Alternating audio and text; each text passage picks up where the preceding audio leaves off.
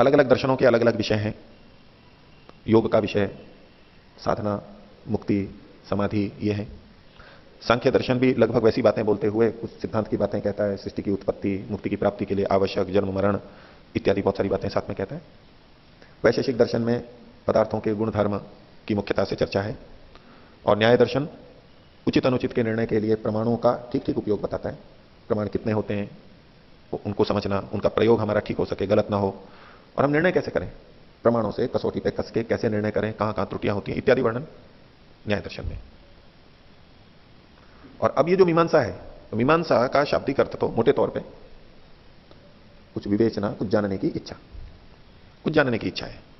और जानने की इच्छा होती है तो हम कुछ विचार भी करते हैं, ऊहापोह करते हैं।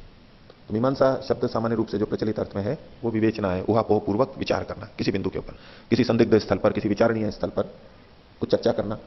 प्रमाण, तर्क, युक्ति ये सब साथ में जुड़े हुए रहते हैं, लेकिन विश्लेषण किया जाता है, विवेचना की जाती है। तो ये शुरू के 16 अध्यायों में भी है और बाद के 4 अध्यायों में भी है। वेदांत दर्शन में ब्रह्म यानी परमात्मा को लेकर के विवेचना अधिक है। उसका मुख्य विषय ब्रह्म है कि परमात्मा से संबंधित जो वचन विभिन्न शास्त्रों में आए हैं उनकी जहां जहां संदिग्धता है उसकी चर्चा करना, या यही अर्थ क्यों लिया जाए, ये अर्थ क्यों लिया जाए, ये नहीं लिया जाए, उसमें कुछ आधार होते हैं, कुछ प्रमाण होते हैं, हेतु प्रस्तुत किए जाते हैं, ये विश्लेषण होता है। और वेदांत दर्शन में अन्य मुक्ति का भी विषय है, मृत्यु के बाद में कैसे कैसे गमन होता है उस सबका भी वर्णन है, लेकिन परमात्मा से जुड़ा हुआ और यह विषय है वहां पर। और पूर्व मीमांसा में भी मीमांसा की जाती है, और वो भी अधिकांशतः शास्त्रीय वचनों को लेकर के है। प्रारंभ के कुछ अध्यायों में अन्य विषय भी हैं सैद्धांतिक दृष्टि से, कि शास्त्र क्या होता है, वेद क्या होता है, आगम किसे कहते हैं, उसका रचयिता कौन है, वो प्रमाणिक है या नहीं है, क्यों प्रमाणिक है, इनके पक्ष विपक्ष के सारी चर्चाएं भी होती हैं।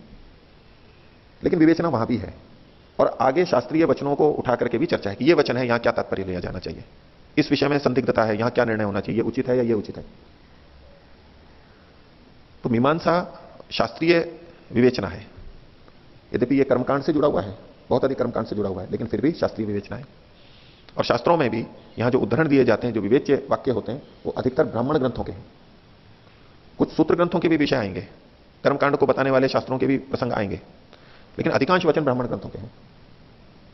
कुछ वचन वेदों के भी हैं, साक्षात भी हैं, वेद के विभिन्न शाखाएं।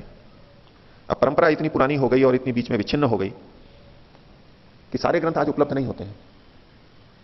आप मीमांसा पढ़ते हुए देखेंगे, उनके शाबर भाष्य में जिन वचनों को उद्धृत किया गया है, बहुत से वचन आज जू के तू नहीं मिलते हैं, उनमें कुछ परिवर्तन भी प्रतीत होता है, उस जैसे वाक्य मिलते हैं, और जू के तू सब जगह नहीं मिलते, बहुत सी जगह बिल्कुल जू के तू मिलेंगे,